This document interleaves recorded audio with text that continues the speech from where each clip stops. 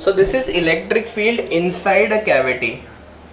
सो इसका मतलब क्या है, लेट अस से अगर हमारे पास एक यूनिफॉर्मली चार्ज स्फीयर है, this sphere is uniformly charged, ठीक है, इसके अंदर पूरे इसके वॉल्यूम में चार्ज है, इसको कैरेक्टराइज करता है rho, charge per unit volume, uniformly charge sphere. इसके अंदर इलेक्ट्रिक फील्ड का फॉर्मूला याद है क्या होता है? अगर ये पॉजिटिवली चार्ज है, यहाँ इलेक्ट्रिक फील्ड क्या होती है, रो, देखो फॉर्मूला क्या है, inside a uniformly charge sphere rho r by 3 epsilon naught. कैसे कैलकुलेट किया था, हमें यहाँ इलेक्ट्रिक फील्ड पता नहीं है, बट हम गॉस लॉ लगा सकते हैं, हमें इलेक्ट्रिक फील्ड का डायरेक्शन पता होगा, इसका रेडियस है r, ठीक है, ओके हाँ। तो इसका इलेक्ट्रिक फील्ड हमने कैसे निकाला था, we had use Gauss law. जैसे ये इलेक्ट्रिक फील्ड E है, so we said electric field का जो फ्लक्स होगा वो होगा 4 pi r square into E into 4 pi r square, ये फ्लक्स हो गया।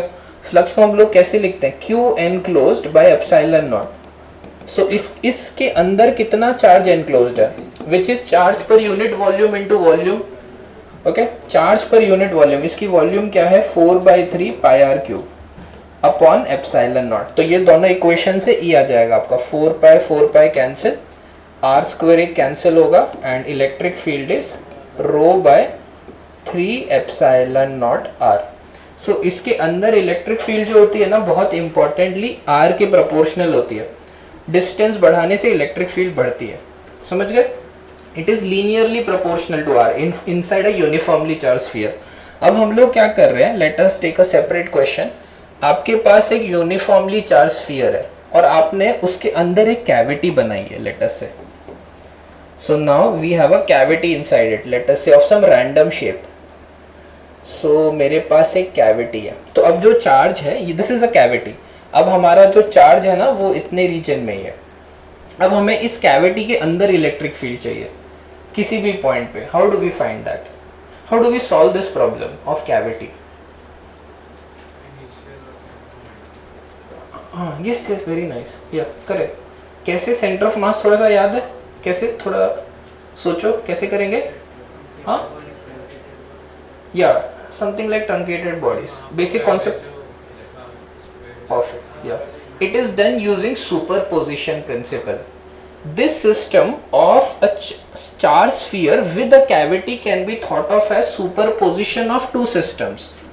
पहला हमारा सिस्टम है a sphere which is completely charged, ठीक है, plus a negatively charged sphere,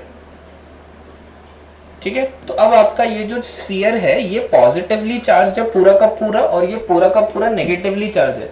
जब आप इन दोनों को सुपरपोज करोगे, यहाँ क्या होगा, चार्ज कैंसिलेशन होगा और कैविटी क्रिएट हो जाएगा, अंडरस्टूड।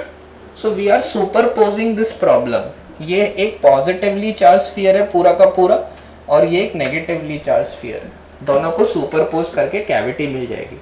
Is this clear? दोनों की चार्ज डेंसिटी सेम होनी चाहिए, तभी कैंसिलेशन होगा ना। जैसे इसकी चार्ज डेंसिटी रो है, इसकी माइनस रो है, तो जब आप इसको पेस्ट करोगे, सुपरपोज करोगे, वहाँ कैंसिलेशन हो जाएगा चार्ज का। सो अब एक जनरल पॉइंट लेता है, इस पॉइंट पे ना सपोज मुझे इलेक्ट्रिक फील्ड चाहिए, इस पॉइंट पे इलेक्ट्रिक फील्ड चाहिए मुझे एट दिस पॉइंट, तो उस प्रॉब्लम को यहाँ पे आके सॉल्व करते हैं, ठीक है। तो ये जो पॉइंट है सुपरपोजिशन से करते हैं, I will call this the white sphere and ये येलो स्फीयर होगा। तो इसकी इलेक्ट्रिक फील्ड क्या होगी इस पॉइंट पे, इस पॉइंट पे, let us give some names, let me call this A B C, ठीक है। ये पॉजिटिवली चार्ज स्फीयर जो है आपका, उसकी इलेक्ट्रिक फील्ड यहाँ पे कितनी होगी, ऐसे होगी, और उसका फॉर्मूला क्या होगा, rho r by 3 epsilon not, ठीक है। तो ये इलेक्ट्रिक फील्ड कितनी हो गई आपकी, इसे मैं E1 बुलाता हूँ, E1। So E1 is rho r a b by 3 epsilon naught, r a B का मतलब है दिस डिस्टेंस। नेक्स्ट, ये नेगेटिवली चार्ज स्फीयर, अभी पॉजिटिव को भूल जाओ, सुपरपोजिशन प्रिंसिपल, सुपरपोजिशन प्रिंसिपल का मतलब क्या होता है, जब एक को देख रहे हो तब दूसरे को भूल जाओ, ठीक है। अब इसकी इलेक्ट्रिक फील्ड बताओ क्या होगी, ये नेगेटिव वाले की, इसकी टूवर्ड्स होगी, और कितनी होगी E2? E2 क्या होगा? Rho r B C by 3 epsilon naught. Understood? या ये दो आपकी इलेक्ट्रिक फील्ड हो गए। Now what will be the net electric field? दोनों का वेक्टर सम, ठीक है, दोनों का वेक्टर सम। सो कैसे करेंगे वेक्टर सम दोनों का? डायरेक्शन, डायरेक्शन वो नेगेटिव डायरेक्शन बताता है ना, नेगेटिव कुछ नहीं होता, इट्स मैंने ड्रॉ कर दिया ना डायरेक्शन, तो इट इज इम्प्लाइड। समझ गए? समझ गए? हाँ।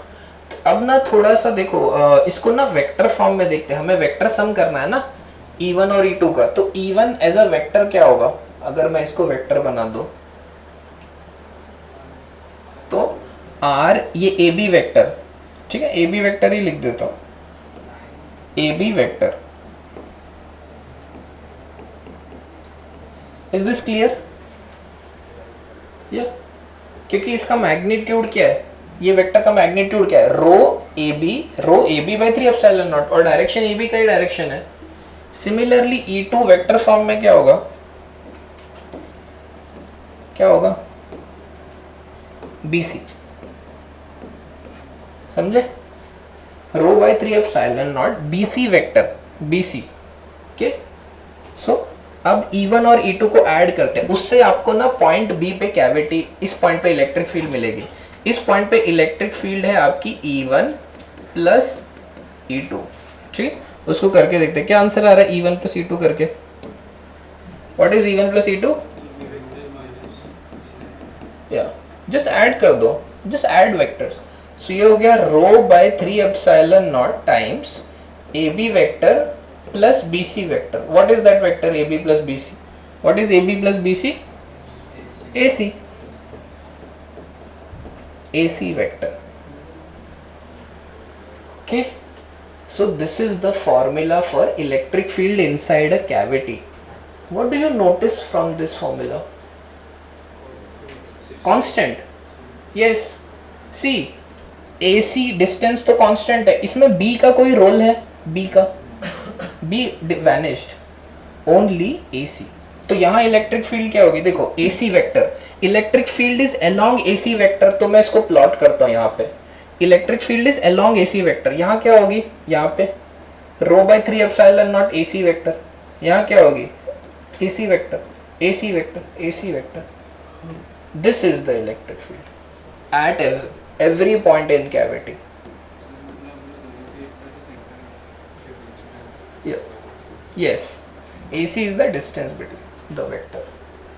So this is the formula for electric field inside a cavity. A very well known pattern जो आपको थोड़ा पता होना चाहिए. Understood? Yeah, exactly. No, not a conductor. Conductor में तो ऐसा हो, कंडक्टर में यूनिफॉर्म चार्ज डिस्ट्रीब्यूशन होता ही नहीं है।